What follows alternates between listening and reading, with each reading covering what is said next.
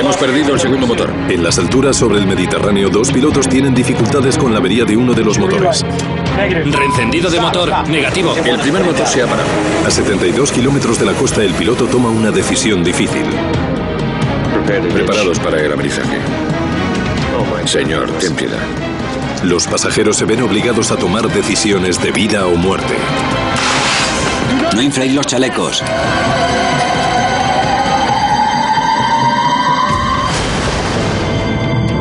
El accidente descompondría familias.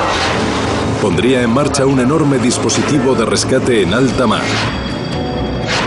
Y una investigación internacional para averiguar por qué los dos motores de uno de los aviones más comunes se detuvieron en pleno vuelo.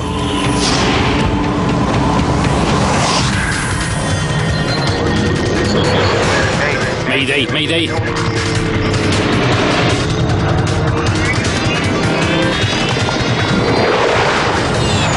Mayday, catástrofes aéreas.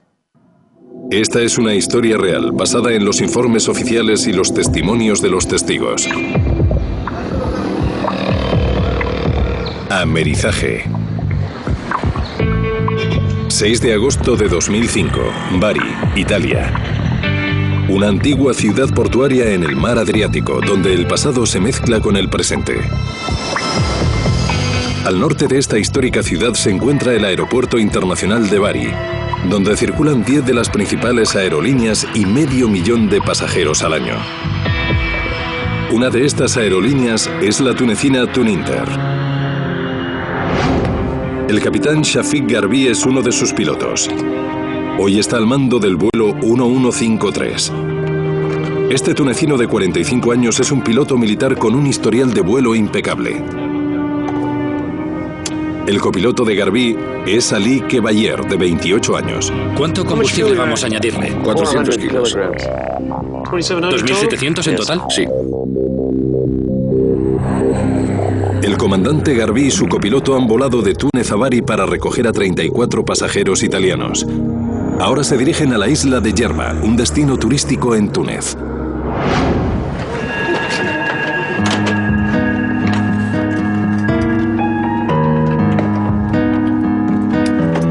Entre los pasajeros se encuentra el oficial de policía Luca Squicciarini, de 31 años. Su novia Paola viaja con él. En un principio íbamos a ir a Cabo Verde, no a Yerba. Lo que ocurre es que por aquel entonces había habido algunos atentados terroristas. El avión a Cabo Verde salía de Roma o Milán. Pero al ser dos aeropuertos principales, Paola tenía miedo de que hubiese un atentado. De modo que decidimos no ir a Cabo Verde. Era mi primer viaje con Paola. Nos habíamos conocido el invierno anterior. Y teníamos pensado casarnos al año siguiente. Para ajustar el cinturón de seguridad, tire de su extremo. Para desabrocharlo, levante la parte superior de la hebilla. Los chalecos salvavidas se encuentran situados debajo de sus asientos. Para inflar el chaleco salvavidas, tire con fuerza del cordón rojo. Si necesita volver a inflarlo, sople por la boquilla.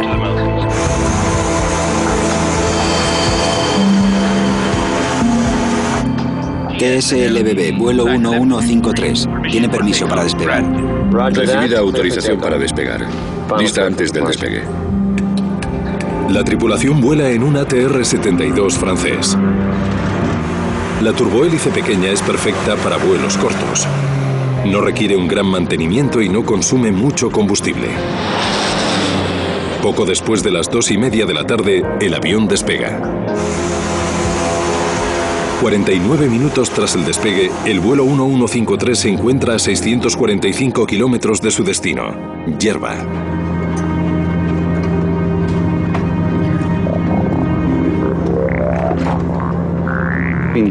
Empezamos a charlar con otros pasajeros. Estábamos contentos. Hablábamos de las vacaciones. Entonces, a 120 kilómetros de tierra y a 20.000 pies sobre el mar, el motor derecho del avión se para. Hemos perdido el segundo motor. Hay que bajar hasta los 7.000 pies. TUI 1153. Requerimos nivel 1, 70. TUI 11. El comandante Garbi inicia un descenso de emergencia. Descendiendo a nivel 1, 70. Si uno de los motores se para, hay que bajar de altitud. El aire es más espeso y la hélice más eficiente. Con un solo motor, el ATR-72 vuela mejor a una altitud de 7000 pies. Palanca de potencia en ralentí. Botón de arranque. La tripulación tiene dificultades para encender el motor derecho. Negativo. Comprobando. Y entonces, menos de 2 minutos después del fallo del primer motor. Espera. El motor número 1 se ha parado. Los 2 motores del avión habían dejado de funcionar.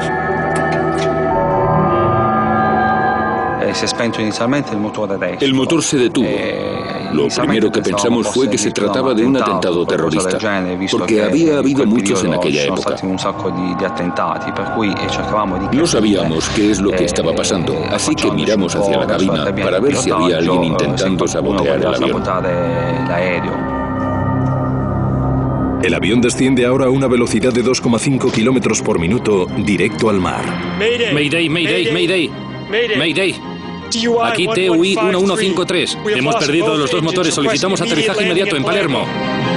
Los pilotos aún tienen esperanzas de llegar al aeropuerto, pero todavía tienen que cruzar 113 kilómetros de mar. La tripulación está preparada para afrontar casi todo tipo de situaciones. Cuenta con una lista de control que incluye el procedimiento que se ha de seguir cuando los 2 motores fallan. Lista de chequeo de apagado de llama de ambos motores. Comprobando suministro de combustible. Los pilotos desconocen la causa del fallo de los motores. El único indicio es la señal de advertencia: alimentación de combustible baja. La advertencia de presión baja le indica al piloto que el combustible llega con muy poca presión al motor. Puede ser un problema mecánico o un problema de contaminación. Los pilotos siguen los pasos indicados por el fabricante para volver a encender los motores. Comprobando suministro de combustible. Palanca de potencia en ralentí. Iniciando reencendido de motor. Reencendido de motor. Negativo. Ve a buscar a Chokri. El comandante solicita a la tripulación de cabina que llamen al ingeniero de a bordo, Chokri Habawi, a la cabina de mando. Torre de control de Palermo. Aquí TUI 1153. Nos hemos quedado sin los 2 motores. Solicitamos aterrizaje inmediato. El aeropuerto más cercano se encuentra en Palermo, en la isla italiana de Sicilia. TUI 1153, aquí Palermo. Afirmativo, permiso para aterrizar. Control Palermo. ¿Cuál es nuestra distancia hasta el aeropuerto? Vuestra distancia a Palermo es de 48 millas náuticas. El ATR-72 caería del cielo a una velocidad predecible, medio metro por cada 5 kilómetros recorridos. El avión no puede planear una distancia de 48 millas náuticas. No creo que lo consigamos.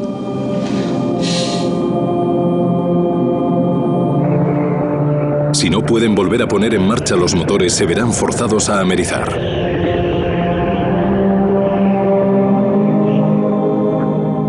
La decisión de amarar es muy difícil de tomar, porque es lo más complicado que puede haber. Tienes marea, oleaje, viento. ¿Te verá alguien? ¿Cuánto tiempo puede permanecer el avión a flote? Realizar un amerizaje con un avión de pasajeros es extremadamente peligroso. En 1996, un piloto de las aerolíneas etíopes tuvo que realizar un amerizaje forzoso en el Océano Índico. Un turista que se encontraba en la playa más próxima grabó las imágenes. 50 personas sobrevivieron, pero 125 murieron. La tripulación de este pequeño avión no cuenta normalmente con un ingeniero. Cuando lo hay, este viaja normalmente en cabina. Recuerdo a esta persona que miró a la azafata y giró la cabeza como diciendo no. Después de que el segundo motor se parara.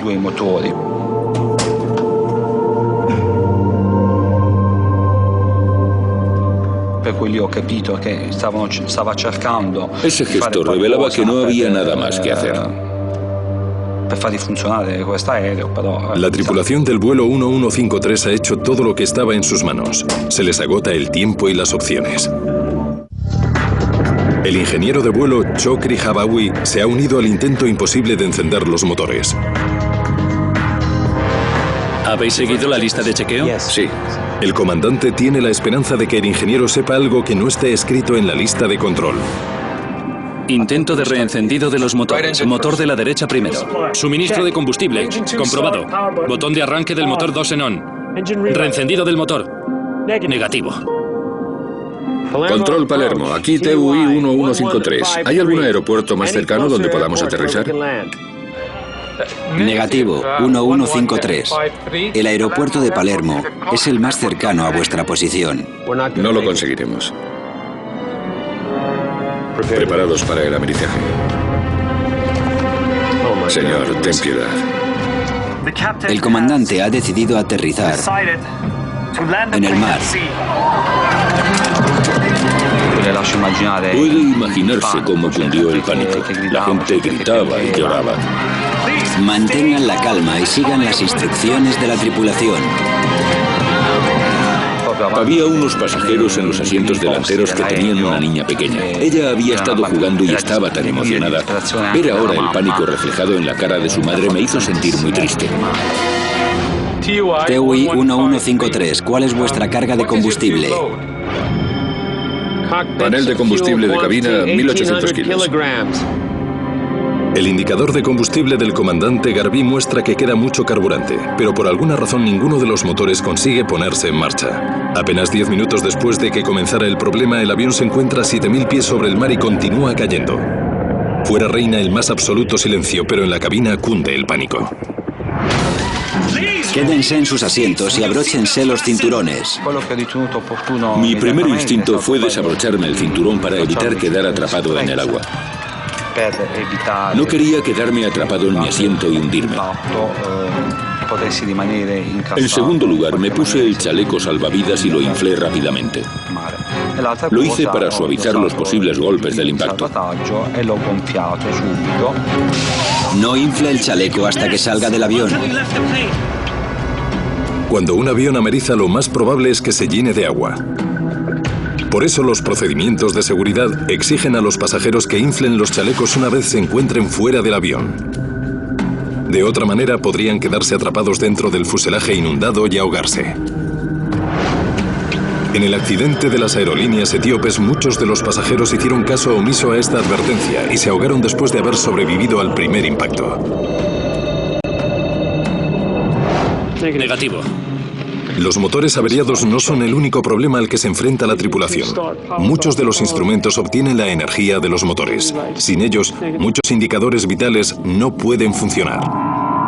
En una avería de los dos motores, recurres a los instrumentos de emergencia, que son el horizonte artificial y el altímetro.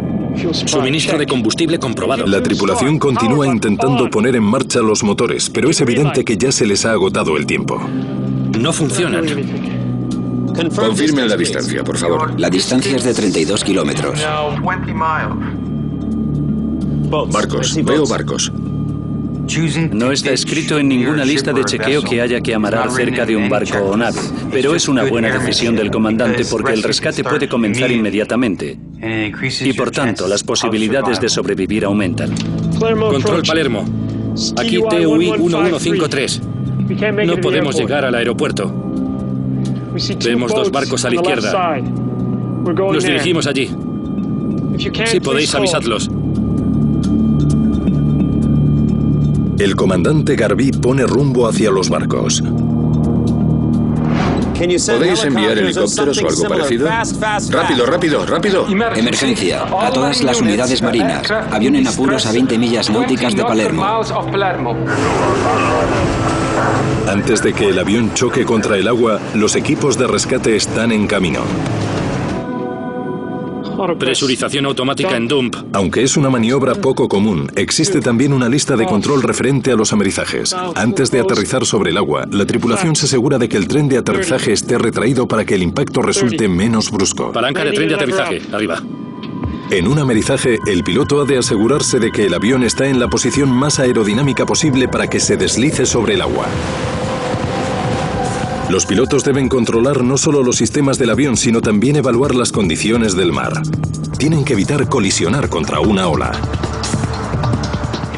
Chocar perpendicularmente contra el oleaje es como chocar contra hormigón. El avión se partiría. Los pasajeros están viendo lo que se les avecina. Me agarraba con fuerza al sillón de delante y a través de la ventana veía que el impacto era inminente. La tripulación está a 700 pies sobre el mar. ¿Estás conmigo, Ali? Con cuidado. Chokri, ¿estás preparado? Sí. Allá vamos. No hay más Dios que Alá.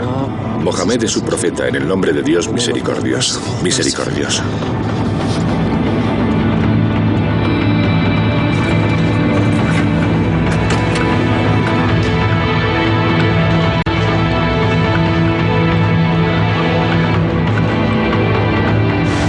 El avión choca contra el agua a una velocidad de 234 km/h.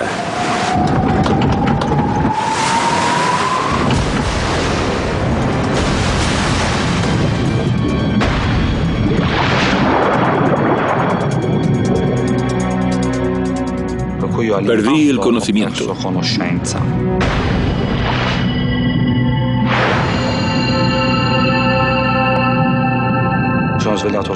Me desperté en el agua. Estaba sumergido a 2 o 3 metros. Subí a la superficie y solo llevaba los calzoncillos. Perdí el chaleco salvavidas y la ropa en el impacto. Salí a la superficie y me agarré a una bolsa. ¡Paola! Estaba en shock. Me rodeaban toda clase de cosas. Pensaba continuamente en Paola. Creía que iba a morirme porque escupía sangre. Sentía que mis pulmones estaban llenos de sangre.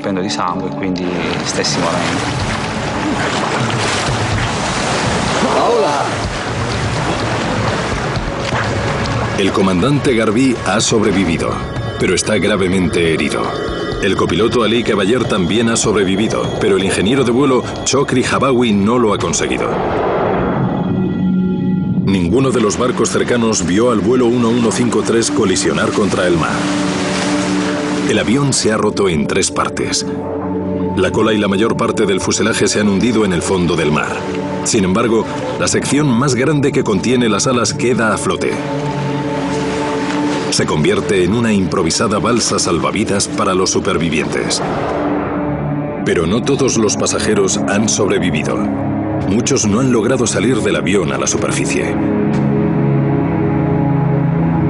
El piloto de helicópteros Stefano Burigana es uno de los primeros en llegar al lugar. La torre de control nos preguntó si teníamos conocimiento de un avión que había amerizado en las costas de Palermo y si podíamos ayudarlos a localizar el avión. Cuando nos acercamos a él, vimos las alas flotando.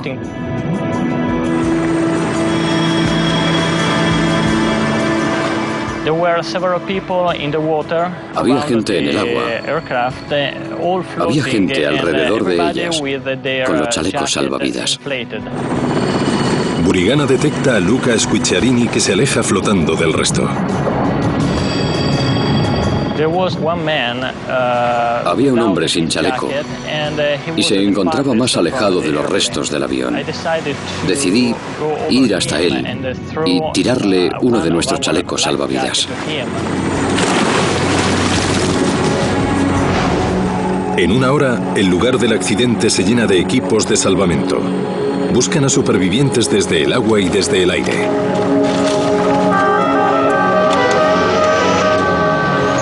Rescataron a 23 personas del Mediterráneo. Pero 16 murieron, incluida Paola Di Chaola. Mis familiares me lo contaron unos días después, cuando todavía seguía en el hospital. No reaccioné. Paola se había ido. Reaccioné cuando llegué a casa. Cuando llegué a casa y fui al cementerio, comprendí lo que estaba sucediendo. Ese fue realmente el momento en que me vine abajo. Es muy probable que los que murieron no tuvieran la ocasión de nadar hasta la superficie.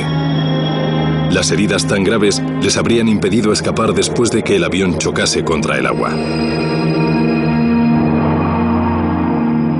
En este accidente, la mayoría de los supervivientes iban sentados en la parte trasera del avión. La mayoría de los que murió en la delantera. Estas partes del avión se han ido junto con valiosas pistas hasta el fondo del mar. La única parte que no se ha hundido la han remolcado hasta el puerto de Palermo y llevado a un hangar cercano.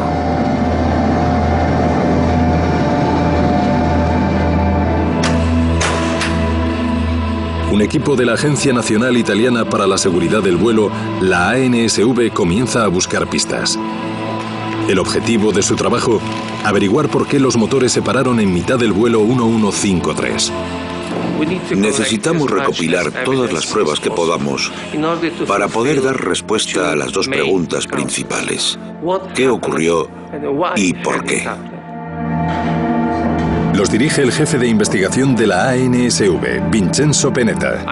Llegué a Palermo el día después del accidente, el día 7, muy temprano. Permiso, por favor. El ingeniero de pruebas de vuelo, Penetta, ha dirigido varias investigaciones de accidentes aéreos.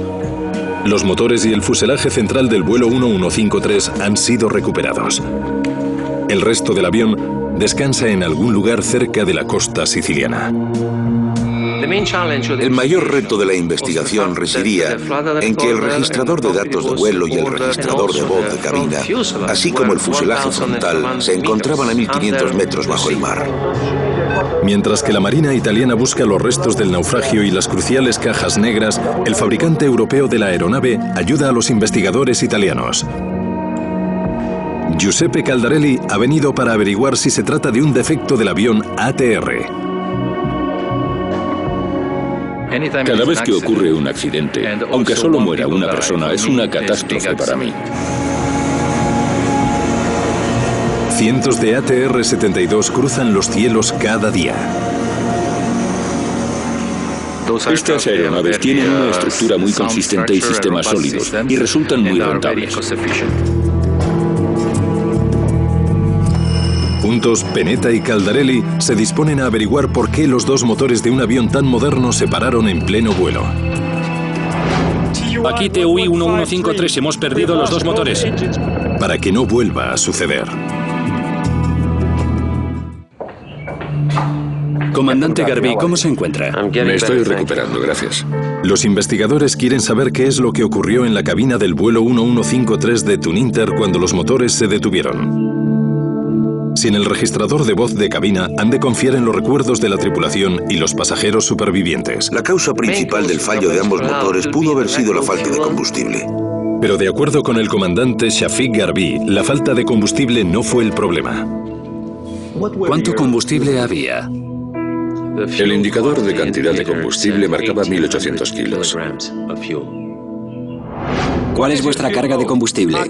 Panel de combustible de cabina, 1800 kilos. Suministro de combustible comprobado. ¿Había alguna advertencia de que el nivel de combustible era bajo? No había absolutamente ninguna señal de que el nivel de combustible estuviese bajo. Tan solo la luz de advertencia de presión baja. La ausencia del indicador de nivel de combustible bajo y la advertencia de presión de alimentación baja son pistas muy importantes. Estas advertencias juntas indican normalmente que el combustible no está llegando bien al motor. Como los indicadores señalaban que había combustible a bordo que no estaba llegando a los motores, Giuseppe Caldarelli busca defectos en el sistema de suministro de carburante del avión.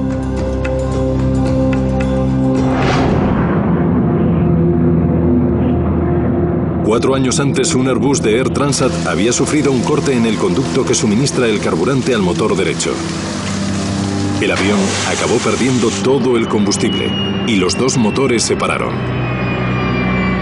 Los pilotos tuvieron que hacer un aterrizaje forzoso. Ese incidente tiene muchas similitudes con el de la aerolínea Tuninter. El equipo de Giuseppe Caldarelli busca grietas u obstrucciones en los conductos, pruebas que demuestren que las bombas de carburante fallaran, cortando el suministro de combustible a los motores. Mientras Caldarelli espera los resultados de las pruebas en las bombas y conductos, Penetta decide abrir una nueva línea de investigación.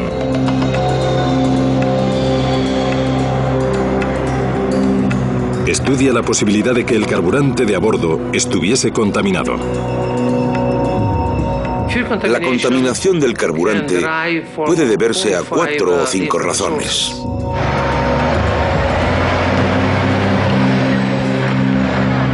El carburante de queroseno de los aviones es muy delicado. Si no se almacena o transporta debidamente, puede contaminarse con agua, arena u hongos, o incluso con residuos adherentes de las mangueras de los tanques de reabastecimiento. Esto puede ocasionar que el carburante no combustione debidamente, provocando el fallo de los motores. ¿Cuánto combustible vamos a añadirle? 400 kilos. El avión repostó combustible por última vez en Bari. Se están tomando muestras del tanque que lo suministró para analizarlas. Peneta tendrá que comprobar si uno de estos contaminantes llegó al vuelo 1153, impidió la combustión y ocasionó el fallo de los 2 motores. Los sedimentos pueden pasar del camión tanque al avión, de modo que el alimentador de combustible puede atascarse y dificultar el buen funcionamiento del motor. Los técnicos extraen los filtros de carburante del camión tanque para determinar si hubo contaminación. Se limpian las mangueras y uniones de los conductos en busca de residuos adherentes o colonias de microorganismos que se enviarán a un laboratorio del Ejército del Aire italiano para su análisis. El carburante se filtra en busca de partículas minúsculas.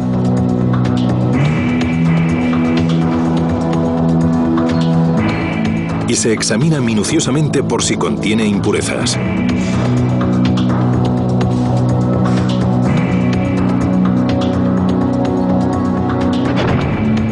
Los filtros del camión también se inspeccionan por si contuvieran residuos o sedimentos de los tanques. Mientras tanto, en Palermo, Caldarelli y los técnicos obtienen todas las pruebas de los conductos y bombas de carburante del vuelo 1153.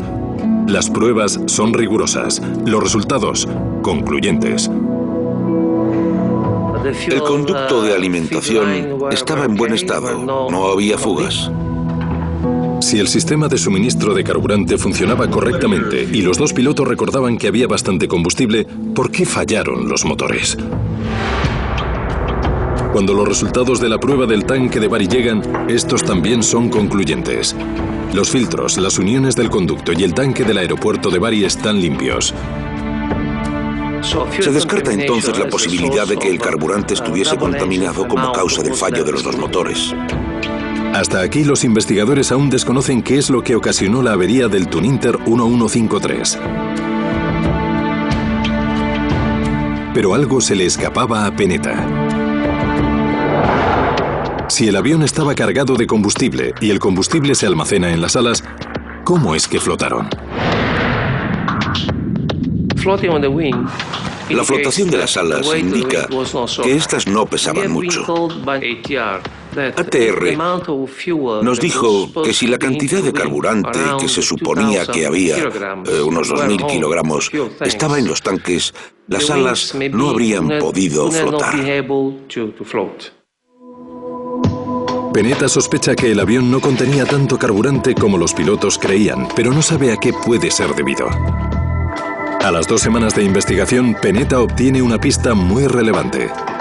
A las 2 semanas del suceso, recibimos documentación técnica del operador de vuelo. De acuerdo con los registros, el comandante Garbí había pilotado el mismo avión el día anterior al accidente. Después de ese vuelo informó de un problema con el indicador de combustible. Después de ese vuelo, informó que el indicador de combustible derecho no funcionaba, de modo que debían sustituirlo. El indicador de cantidad de carburante muestra a los pilotos la cantidad de combustible con la que cuenta el avión.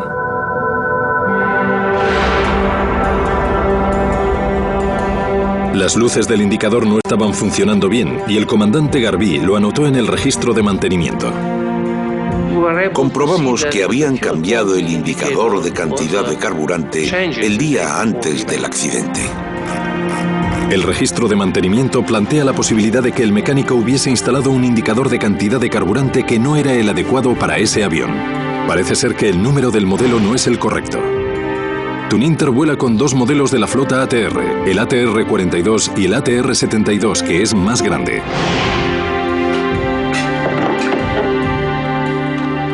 Los indicadores de cantidad de carburante de ambos aviones son idénticos, excepto porque el número de modelo no coincide. El número del ATR-72 es 2500. Pero según el registro, la pieza que se instaló llevaba el número 2250. El registro de mantenimiento de Tuninter ofrece una valiosa pista, pero para Peneta no es una prueba definitiva de que el indicador de cantidad de carburante erróneo hubiese sido instalado. Podría tratarse de un error en la documentación del avión, así que tenemos que comprobarlo. Solo existe una forma de saber con certeza si el vuelo 1153 tenía el indicador de carburante adecuado: encontrarlo en el fondo del mar. Obviamente, tenemos que recuperar los restos del avión para ver físicamente qué indicador de cantidad de carburante se instaló. Los investigadores no rescataron los restos del fondo del mar hasta 3 semanas después de que el avión se estrellara. La información de las cajas negras del avión confirman los testimonios de los pilotos. No hubo ninguna advertencia de que quedaba poco combustible, de manera que había suficiente para realizar la travesía. Las cajas negras no pueden resolver este misterio. Los investigadores esperan que la cola y la parte frontal lo hagan. Un barco las transporta hasta tierra.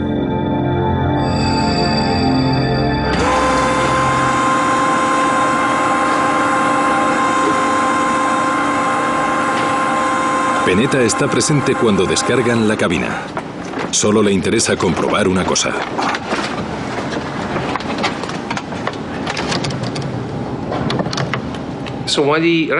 Cuando recuperaron todos los restos del mar y los trasladaron a la cubierta del barco, me di cuenta de que efectivamente habían instalado un indicador del ATR-42.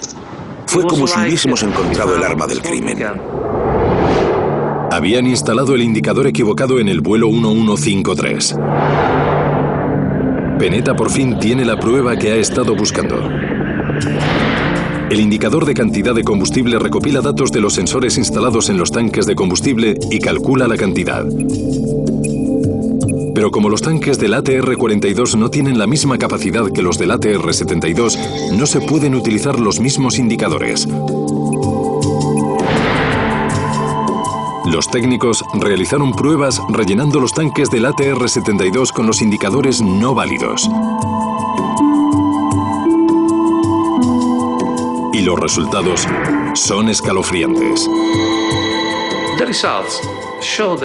Los resultados mostraron que si se instala un indicador para el ATR-42 en un ATR-72 y el avión no tiene combustible, el indicador muestra 1.800 kilogramos. Justamente la cantidad que el comandante afirmó tener cuando los motores se pararon. Panel de combustible de cabina, 1.800 kilos. Los investigadores concluyen que a 23.000 pies sobre el Mediterráneo, el indicador incorrecto hizo creer a la tripulación que disponían de combustible, cuando en realidad los tanques estaban vacíos. Reencendido de motor. Negativo. No funcionan. Era imposible poner en funcionamiento los motores. Con cientos de aviones ATR-42 y ATR-72 volando, las repercusiones son graves. ¿Y si hubiera otros aviones volando con los indicadores erróneos? La primera recomendación de seguridad fue ordenar a todos los operadores que vuelan con los modelos ATR-42 y 72 que comprobaran si los indicadores instalados eran los correctos. Peneta y Caldarelli habían descubierto el error que causó el fallo de los dos motores en pleno vuelo.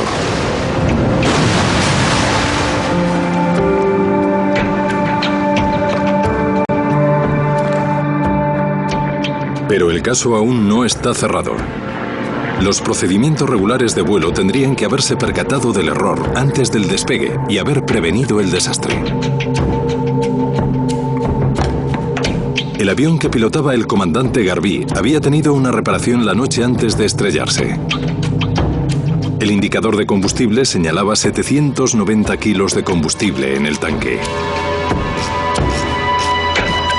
Después de instalar el nuevo indicador, esta cifra aumentó hasta 4 veces, mostrando que a bordo había 3.100 kilos. A la mañana siguiente, el comandante Garvey se dio cuenta de que el nivel de combustible había subido y supuso que lo habían repuesto. Pero cuando en un avión se reposta combustible, se deja una nota de repostaje en la cabina.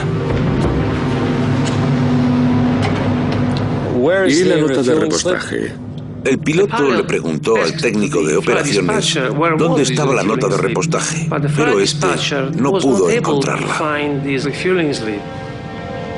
Te la doy cuando vuelvas de Yerba.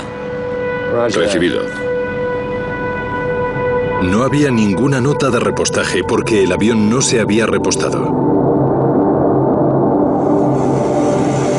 En contra del reglamento, el comandante prosiguió sin este papel fundamental. El reglamento estándar exige al piloto despegar únicamente cuando está seguro de la cantidad de carburante. Con el indicador erróneo y menos cantidad de combustible de lo que pensaba, el comandante Garvey se dirige a Bari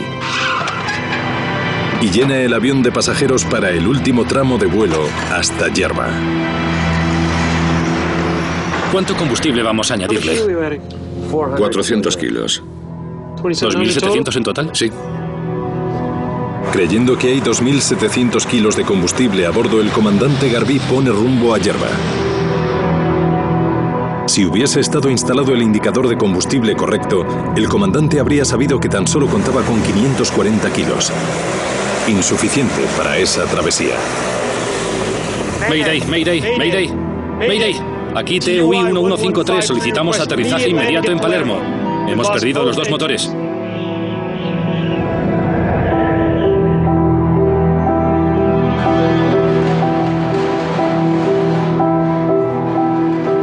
La investigación de Penetta llega a su fin.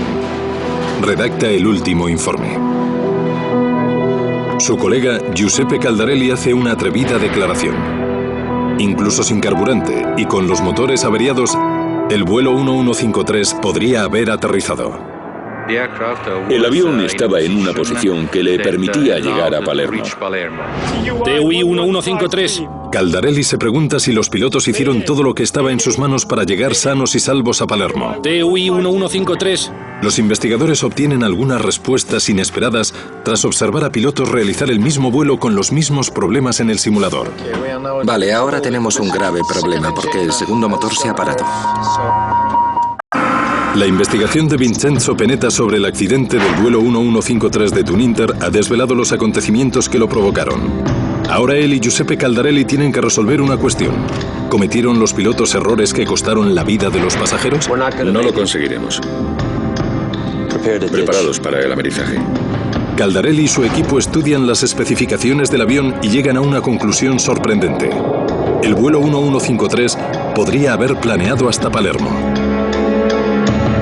Según los datos del fabricante, un ATR es capaz de planear 5 kilómetros cada medio metro de descenso. Con el viento a favor ese día, el vuelo 1153 podría haber volado 113 kilómetros hasta Palermo. La tripulación podría haberlo conseguido. Palanca de tren de aterrizaje. Arriba. Entonces, ¿qué hicieron mal los pilotos? Para responder a esta pregunta, Penetta y Caldarelli recrean el vuelo 1153 en el simulador de las instalaciones de ATR en Francia.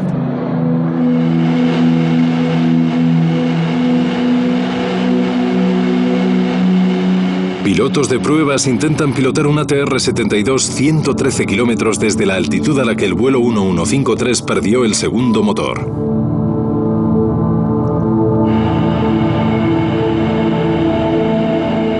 Se ha solicitado la simulación para determinar el alcance de la aeronave desde el fallo del segundo motor.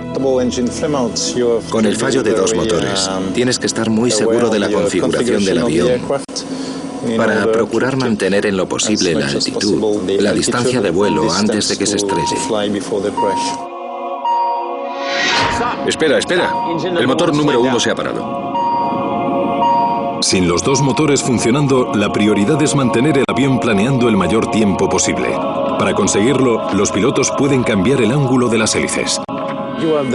Al obtener menos resistencia aumenta el tiempo de planeo. Es importante abanderar las hélices para reducir la resistencia. Abanderar las hélices requiere cambiar su ángulo contra el viento. Esta maniobra reduce la resistencia.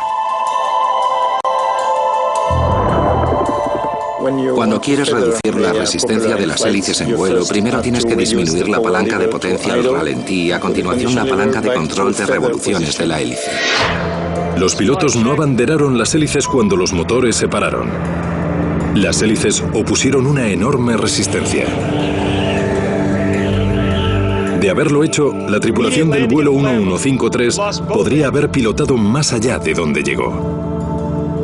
Bajemos a 17.000 pies. Cuando el segundo motor del comandante Garvey falló, se encontraban justo por debajo de los 22.000 pies.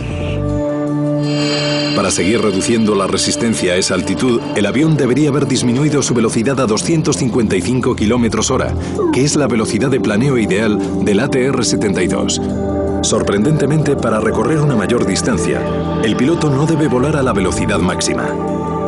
Cuanto más rápido vuela un avión, más presiona el aire contra él, creando resistencia. Cada avión tiene una velocidad óptima para alcanzar el máximo recorrido. La tripulación continuó volando a una velocidad de hasta 80 km/h más de su velocidad óptima, lo que aumentó la resistencia del aparato y redujo la distancia que podrían haber avanzado. Abanderando las hélices y reduciendo la velocidad, el piloto del simulador en Francia pudo llegar a Palermo. ¿Estás conmigo, Ali? Con cuidado. El vuelo 1153 chocó contra el agua a 42 kilómetros de la costa, una distancia mucho menor de la que el avión hubiese sido capaz de recorrer.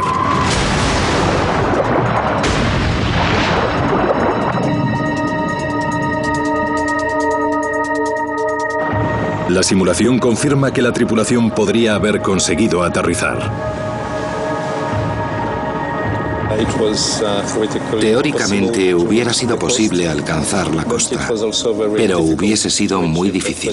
En el simulador, los pilotos tenían una gran ventaja con respecto a los pilotos del vuelo 1153. Ellos no se encontraban en una situación de vida o muerte y sabían que tenían que planear para conseguirlo. Suministro de combustible, comprobado. Sin embargo, el comandante Garvey no sabía que no tenía combustible. No pensó que tendría que planear hasta Palermo.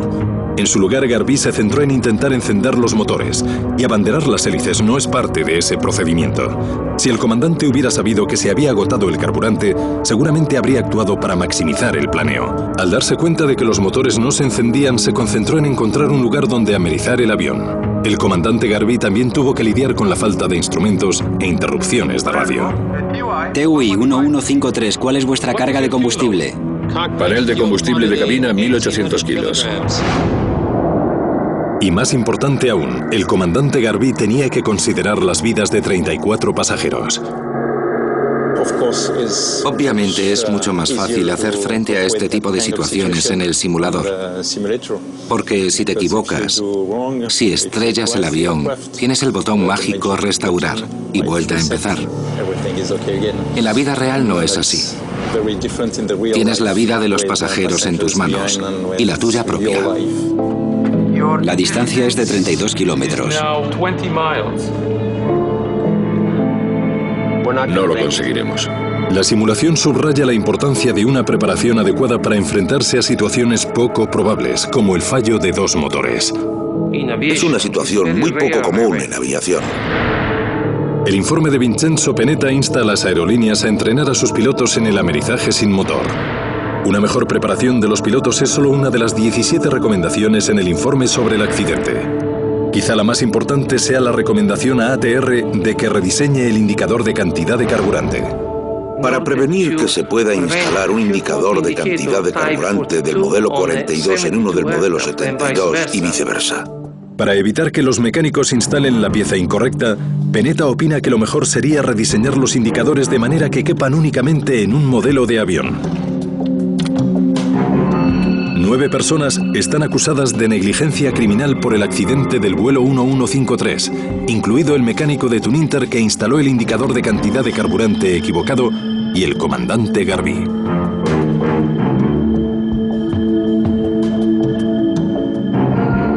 Te la doy cuando vuelvas de hierba. Recibido. No hay una causa única que produjera el accidente. Este accidente, como muchos otros, fue provocado por una serie de acciones, una serie de acontecimientos conectados entre sí. Es algo insólito. Habría aceptado que el motor se averiase o se rompiese una ventanilla, pero que haya muerto gente porque no había carburante. Intento de reencendido de motor. El vuelo 1153 se estrelló como consecuencia de una serie de errores graves cometidos en tierra y en el aire. Pero el registrador de datos de vuelo muestra que la última maniobra de la tripulación antes de chocar contra el agua fue absolutamente perfecta. Allá vamos. Según las pruebas disponibles, el registrador de datos de vuelo y los testimonios de la tripulación superviviente, el avión tocó el agua primero con la parte delantera, a una altitud compatible con el punto óptimo de altitud de la aeronave, que es de 9 grados. El comandante Garvey elevó el morro del avión 9 grados justo en el último instante, de manera que en lugar de estrellarse contra el mar, planeó sobre la superficie.